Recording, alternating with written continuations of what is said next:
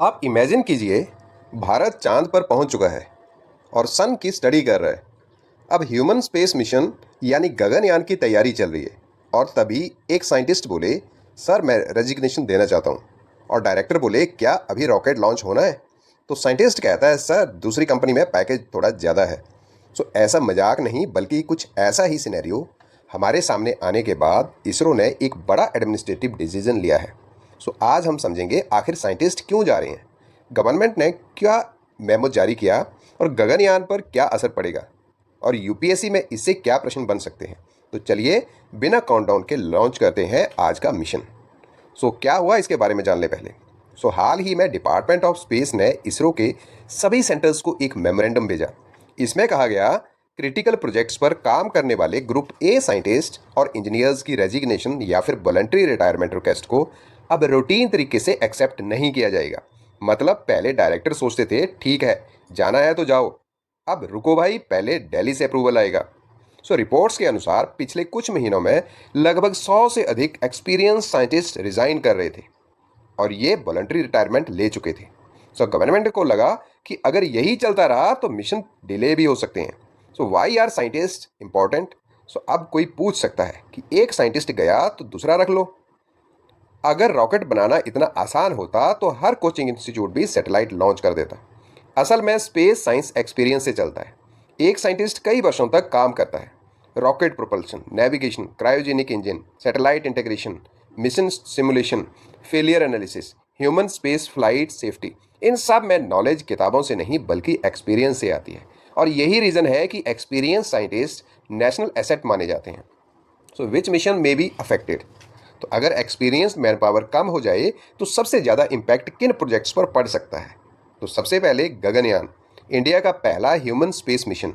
इसके बाद Chandrayaan follow-up missions, Aditya L1 future observations, navigation satellites, earth observation missions, next generation launch vehicle, semi cryogenic engine programme. याद रखिए, rocket launch केवल एक दिन का इवेंट नहीं होता, उसके पीछे कई वर्षों की प्लानिंग होती है। एक इंजीनियर यदि चला जाए तो कभी कभी पूरा सब सिस्टम रीडिज़ाइन करना पड़ सकता है। Why are scientist living?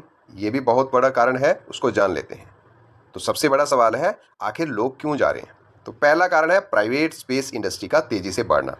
आज भारत है Skyroot Aerospace, Agnikul Cosmos, Pixxel, Digantara और कई स्टार्टअप्स जो हैं वो स्टार्ट हो रहे हैं। तो इनमें सैलरी कई बार ज़्यादा होती है और रिसर्च फ्लेक्सिबिलिटी भी मिलती है, इंटरनेशनल अपॉर्चुनिटीज़ भी खुलती हैं और करियर प्रोग्रेशन भी तेज़ी में से बढ़ता है।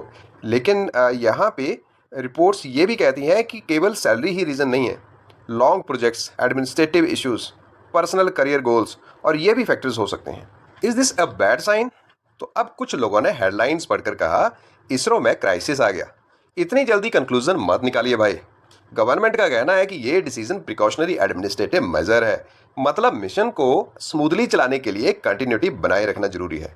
वैसे भी नासा, ईएसए, जैक्सा, हर agency experienced man power retain करने की कोशिश करती है और स्पेस प्रोग्राम कोई क्रिकेट मैच नहीं है कि सब्स्टिट्यूट प्लेयर तुरंत मैदान में भेज दिया जाएगा। यहाँ पे एक्सपीरियंस बहुत मैटर करता है।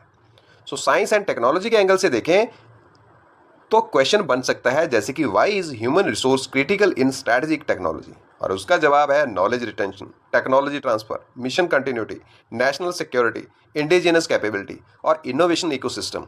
यही कारण है कि साइंटिस्ट केवल एम्प्लॉय ही नहीं बल्कि स्ट्रैटेजिक ह्यूमन रिसोर्स होते हैं, तो उनको रिटेन करना जो है वो बहुत ज़रूरी हो जाता है। अगर हम यूपीएससी मेंस के एनालिसिस करें तो इसमें क्वेश्चन आ सकता है, discuss challenges in retaining scientific talent in India's strategic sectors. तो पॉइंट लिखे जा सकते हैं चैलेंजेस में, better private salaries, global opportunities, brain drain, long project duration और एडमिनिस्ट्रेटिव हर्डल्स। इसके सोल्यूशन क्या है?